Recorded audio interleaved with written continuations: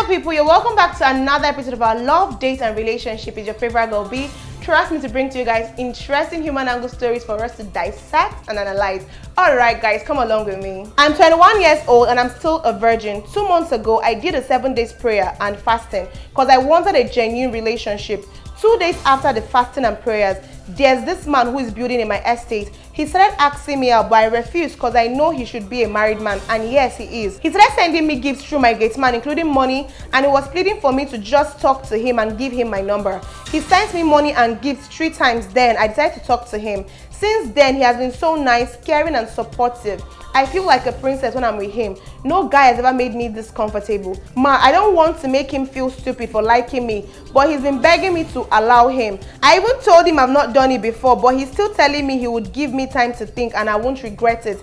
Every day I pray to God to remove whatever is not from him in my life, and the more I pray, the more money he gives me. I don't know, I'm scared because I don't want to have sex with anyone until I'm married, and I don't know if it's God's blessing for me. Okay, so here is the dear poster. Number one thing I want you, I don't know how you ended up dragging God into this whole thing, but number one thing I want you to understand is that God is not the author of confusion. That's one basic thing I need you to understand. That you did 7 days prayer and fasting, at the end of the day, a married man is asking you out and saying, no. That's not the way God works. There's something called coincidences and happenstances. So this happens to be one of that situation, because you cannot tell me that you pray to God and then he's sending a married man your way, someone that's taking another woman to the altar and taking vows in his presence. No, God doesn't work that way. So I want you to understand something. If you're at this point in your life where you're looking at, because you said he's caring, he's supportive, no man has made you feel that way, of course you're just 21. So you still have a lot of time to meet new people and have new experiences. So obviously he's a new experience for you, because you've not seen someone that throws money to your face, you've not seen someone that gets you gifts, you've not seen someone that is on your case like this before. So I understand where the whole excitement and the whole you thinking is an answer from God coming from. So here is it there. Unless maybe you don't want to be a priority in your man's life, unless maybe, I don't know what you pray to God during this your 7 days when you're asking for a relationship. But if you want your own man that has your own time, that is always available, not always available necessarily if he has something he's doing, of course, but that is always, you always have access to him. He's there when you want him to be, when you need a shoulder to cry on. Then the married man is not what you're looking for. It's not even what you want. That's not even a situation you want to put yourself into, because he's married and probably with kids. Someone that is building, of course, he has investments. He's a married man trying to build up for his family, his kids. They will always be a priority. They will always be his number one. In fact, you find yourself at some point saying, "Can you talk now?" You might be crying and you need someone to talk to, and of course, if you're dating him at that point, you want to be like, "Baby, can I talk to you now?" It's now a convenience. You see that you're already trying to now structure your own timing to fit into his own timing. There are days where you'll not be able to reach him because he's spending quality time with his family, and so many things that I don't even know if you're understanding the kind of situation you want to put yourself into.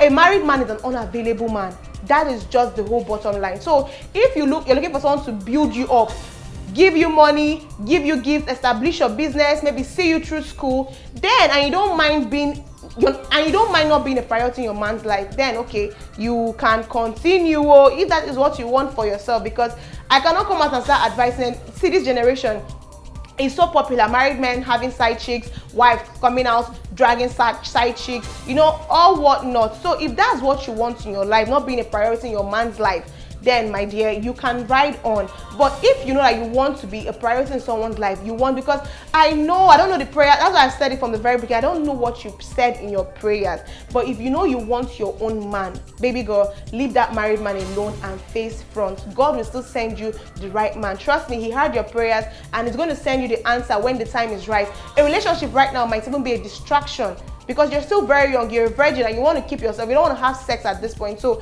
I don't really think this generation men are not they are not the type of generation like are the ones our mothers met, that they all got married as virgins and the rest of it. These days, men head they hot too. They just want that they hot, maybe they chop, they go. If he really loves you, he might stay back and all of that. But basically, you can't be saying to a man in this generation that you want a relationship without sex and he's doing everything for you. They see that maybe you won't chop them, like they see them as food, because they feel they do all these things for you now. They'll now feel like, oh, maybe there's someone out there where they chop your work. I don't know if you understand. I'm trying to break this down, in a way you can understand. So he might feel like if he's doing all these things for you, telling him no sex, that maybe somewhere in school or any other place you go to, there might be someone that you're giving what, your body to for free and the rest of it. So men don't really have that mentality these days. But trust me, if you find in the right places, you can still see if God sends you, if you tell God that, okay, I don't want to have sex before marriage, he will still send you that perfect person that will understand that's what you want.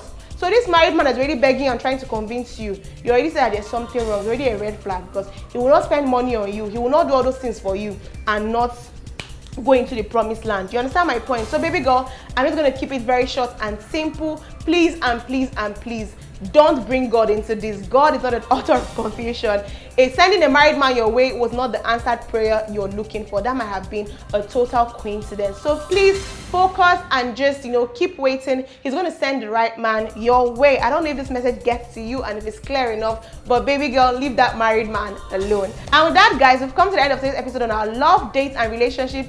Please let me know what you think in the comment section. You can leave a word of advice for her. Just analyze the whole situation in the comment section. But for you to do that, you have to be following us on all of our social media handles. On Instagram, we'll go by e.com_official. For Facebook and YouTube, we'll go by e.comofficial. And for Twitter, we'll go by edotcom01, all in lowercase alphabet. I remain your favorite girl, B. Bye, guys.